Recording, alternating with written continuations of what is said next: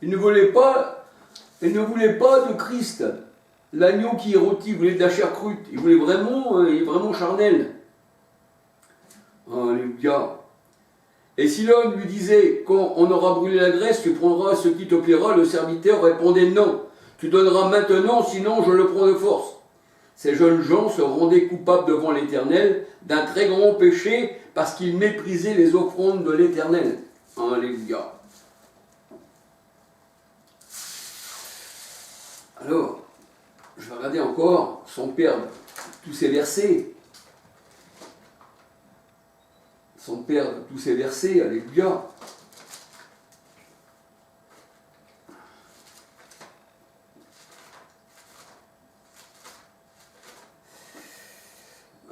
C'est que j'en étais.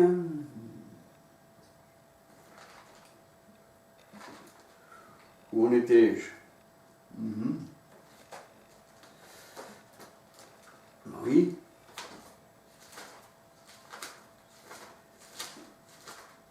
Alors,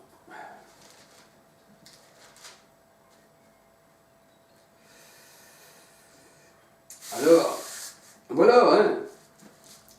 Quand ils prenaient la chair qui était dans la marmite, la parole de Dieu nous dit dans Michée 3.3, « Ils dévorent la chair de mon peuple, lui arrachent la peau, ils lui brisent les os. Ils le mettent en pièces comme ce qu'on cuit dans un pot, comme de la viande dans une chaudière. » Alléluia, ils leur arrachent la peau, comme de la viande dans une chaudière. Michée 3, verset 3. Alléluia. Gloire au Seigneur. Alléluia. Alors c'est ça la chaudière en fait. Alléluia. La chaudière c'est la ville, c'est le pot. Et quand tu mets dans la chaudière, voilà. Et il est même dit qu'il y a des épines sous la chaudière. Alléluia, je ne m'en souviens plus exact, peut-être que je l'ai mis ici, hein, dans Ecclésias 7, verset 6. Ecclésias 7, verset 6.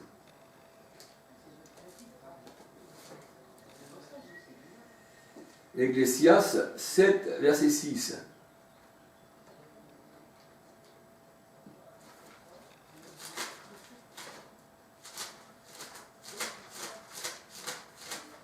Verbe, Ecclésias 7, verset 6. Ecclésias 7, verset 6. Alors, qu'est-ce qu'il nous dit?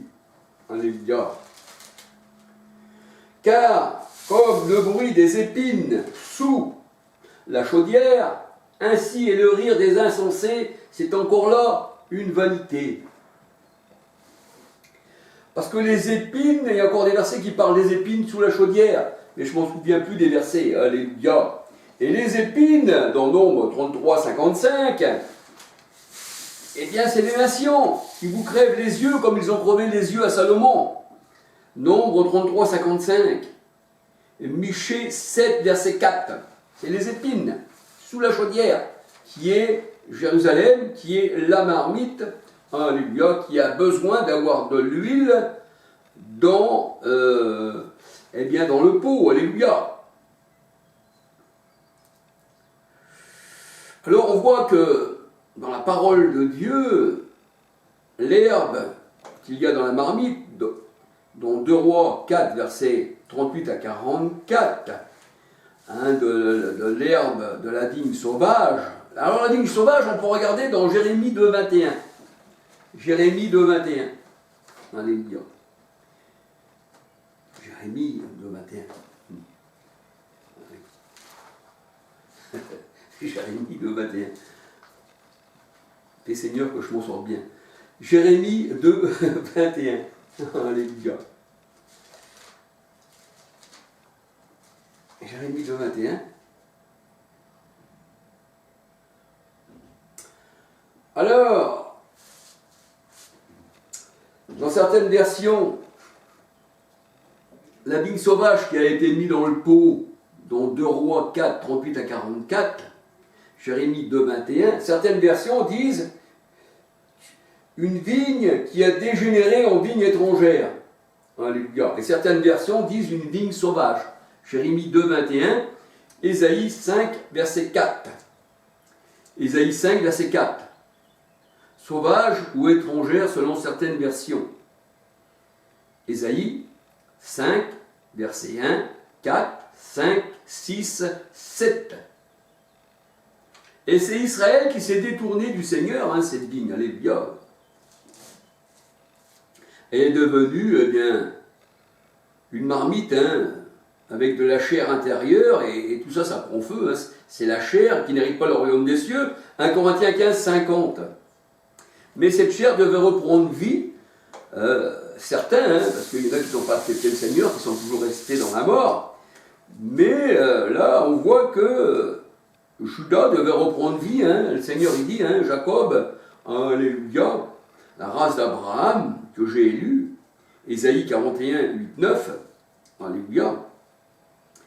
Et là, on voit que dans Ézéchiel 37, voici, je répandrai sur vous mon esprit, et je ferai de vous que vous viviez. Parce que là, il y avait les ossements. Et il devait reprendre vie. Si on lit Ézéchiel 37 tout entier, on voit que c'est là que le Seigneur, quand il est venu, eh bien, il a ressuscité, il a ouvert les tombes. Alléluia. Jean 5, verset 28, 29.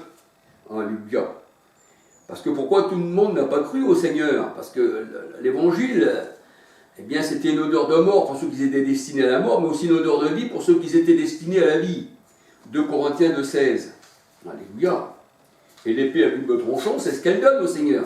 Elle donne la vie d'un côté, mais elle peut ôter aussi la vie. Et le pot, la marmite, la viande représente le cœur humain. Ésaïe 40, verset 6. Toute chair est comme l'herbe. Et comme l'herbe était dans le pot, comme la chair était dans le pot, Deux Rois, la parole de Dieu nous dit 4, 38 à 44, eh bien, il fallait de la farine. Il fallait une antidote pour faire revivre la chair. L'herbe qui était dans le pot, hein, eh bien, c'était immangeable. Et l'herbe qui était dans le pot, qui était immangeable, aussi, ça représente aussi les païens. Ça représente les reptiles, les poissons, dans la vision de Pierre quand il est sur le toit. Quand il voit une nappe, il voit toutes sortes de reptiles. Mange maintenant, Pierre, mange, tue et mange. Alléluia.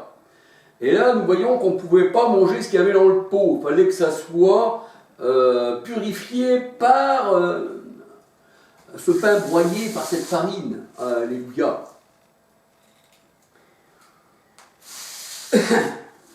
Alors, pour Pierre, c'est acte 10, on lit tout acte 10, et acte 11. Alléluia.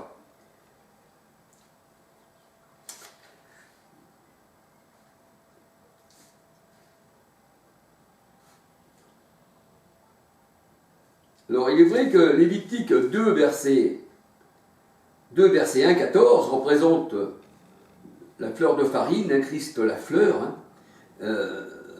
Et là, on voit que cette fleur-là, hein, elle donne la vie, elle ne périt pas, elle, cette fleur, la fleur de farine. Alléluia, on l'appelle la fleur de farine, hein, bien sûr. Mais là, on voit que Christ est mort pour nous, alléluia. 1 Pierre 3, verset 18-19.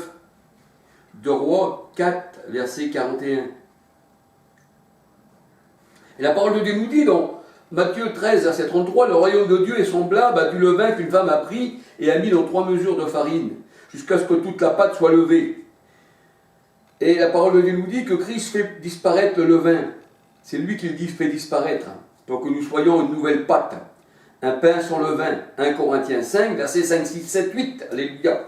1 Corinthiens 5, verset 6, 7, 8.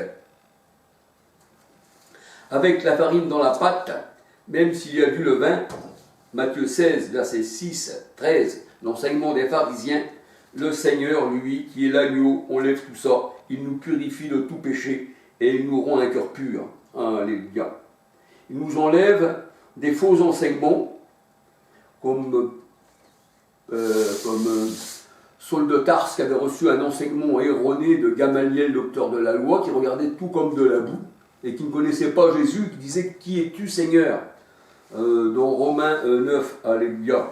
Si on lit tout Romains 9 et Acte 22, nous voyons qu'il était élevé au pied de Gamaliel, mais qu'il ne connaissait pas le Seigneur. Au contraire, il luttait. Quand vous êtes dans les enseignements des hommes, vous mangez du levain, vous avez besoin, dans votre pain, vous avez besoin de la farine.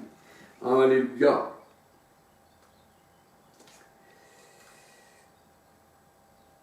parce que chez les scribes, il y avait la plume mensongère des scribes. Alléluia. Jérémie 8.8. Alors la parole de Dieu nous dit que le cœur est incirconcis, il est comme l'herbe. Même le cœur est comme l'herbe. Psaume 102, verset 4. Il est desséché, il est comme l'herbe et ses jours est comme la fleur des champs. Et lorsque le vent passe, le vent c'est l'Éternel, c'est l'Esprit. Alléluia.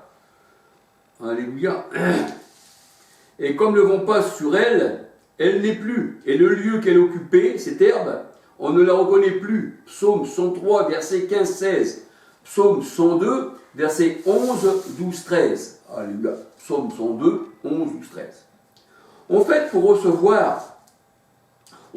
revenir, à ceux que le Seigneur a nourris, de pain d'orge, dans Jean 6, 1 à 27, Jean 6, verset 26, 27, ceux qui ont reçu une nourriture charnelle, eh bien, le Seigneur, dans sa parole, il dit ce que tu aimes, je te le donne. Car l'Éternel donne à ceux qui aiment les choses mondaines. Le Seigneur dit, tu as aimé la malédiction, eh bien, je te donne la malédiction. Dans le psaume 109, versets 17, 18, 19. Et c'est l'Éternel qui bénit, c'est l'Éternel qui maudit, qui donne la bénédiction et qui l'enlève. Ce n'est pas un démon. Deutéronome 28, verset 1 à 68. Proverbe 14, 14. Proverbe 14, 14. Celui qui aime le sang, eh bien le sang le poursuit, le Seigneur le te donne. Tu as aimé le sang va poursuivre. Ézéchiel 35, verset 6 dans la parole de Dieu. Et le mal, ceux qui aiment le mal les poursuit. Le mal poursuit les pécheurs. Proverbe 13, verset 21. Et la mer, la parole de Dieu nous dit dans l'Apocalypse 17, 1, 15, qui représente le monde, Apocalypse 17, 1 et 15, la prostituée qui est assise sur les eaux c'est les nations, c'est les foules, c'est le monde, ça représente les sources d'eau du monde, ça représente la mer, ça représente Pharaon, avec le sang sur son fleuve, dans son fleuve, et dans les vases de bois. Alléluia. Et là, nous voyons que la parole de Dieu nous parle, eh bien, dans l'Apocalypse, des mêmes choses qui s'est passé en Égypte, dans l'Apocalypse 16, verset 3, 4, 5, 6. On va le lire. Apocalypse 16, verset 3, 4, 5, 6. Apocalypse 16, verset 3, 4, 5, 6. Alléluia. Apocalypse qui veut dire révélation. Enlever le voile. Du grec, apocalypsos, apocalypsis. Vous regardez même sur YouTube ou les réseaux sociaux ou sur Internet, vous demandez ce que signifie apocalypse en grec. Ils vont vous dire révélation. Ils vont vous dire aussi la fin du monde, mais ça c'est faux. Ça ils ne le savent pas, ils ne connaissent pas ça. C'est faux, je peux même vous dire pourquoi. Alors on va regarder dans la parole de Dieu, c'était quoi déjà? Ah oui, on va regarder Apocalypse 16. Apocalypse 16. On va aller dire.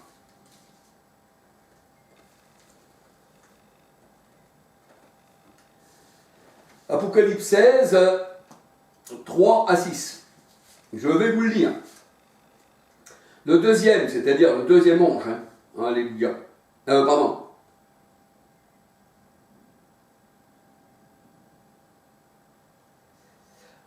Le deuxième ange, eh bien ça coupe dans la mer. Elle devint du sang. Et elle devint du sang comme celui d'un mort. La mer, elle est morte. La mer morte, on dit. C'est ça, c'est le Jourdain, la mer morte. Et tout être vivant mourut de ce qui était dans la mer. Parce que la mer représente les foules des nations. Apocalypse 17, verset 1, 15, Ésaïe 27, 1. Alléluia. Le troisième versa sa coupe dans les fleuves et dans les sources d'eau. Elles devinrent du sang, exactement comme en Égypte. Et j'entendis l'ange des eaux qui disait, tu es juste, toi qui étais. Ça vient du Christ, c'est celui qui est, qui était. Apocalypse 1, 7, 8. Tu es saint parce que tu as exercé ce jugement. Au verset 6, car ils ont versé le sang des saints et des prophètes, et tu leur as donné du sang à boire, et ils le méritent. Alléluia. Quand tu verses le sang, ça veut dire que tu aimes le sang, et le Seigneur te donne du sang à boire. Exode 7, verset 20. Les eaux d'Égypte étaient devenues du sang. Alléluia. Et il y avait du sang dans les vases de bois, ça nous dit, et de pierre. Et quand il y a du sang dans les vases de bois et de pierre, ça représente les hommes, les vases. Romains 9, versets 20 à 23, 2 Timothée 2, 20, 21, Alléluia, Ésaïe 64, verset 5. Tu ne mettras pas de viande de porc dans ton vase. Ésaïe 64, verset 5. Ou alors Ésaïe 65, verset 4, je ne me souviens plus. Mais enfin, c'est dans ces zones-là. Alléluia.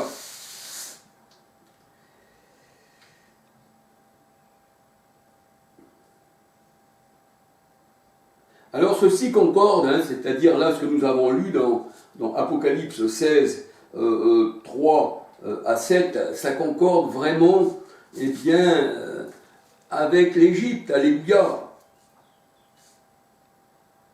L'Égypte qui est considérée le peuple de Dieu rebelle, qui était le peuple de Dieu mais qui est rebelle, qui est considéré à l'Égypte. Apocalypse 11, 8, Galates 4, 21 à 31.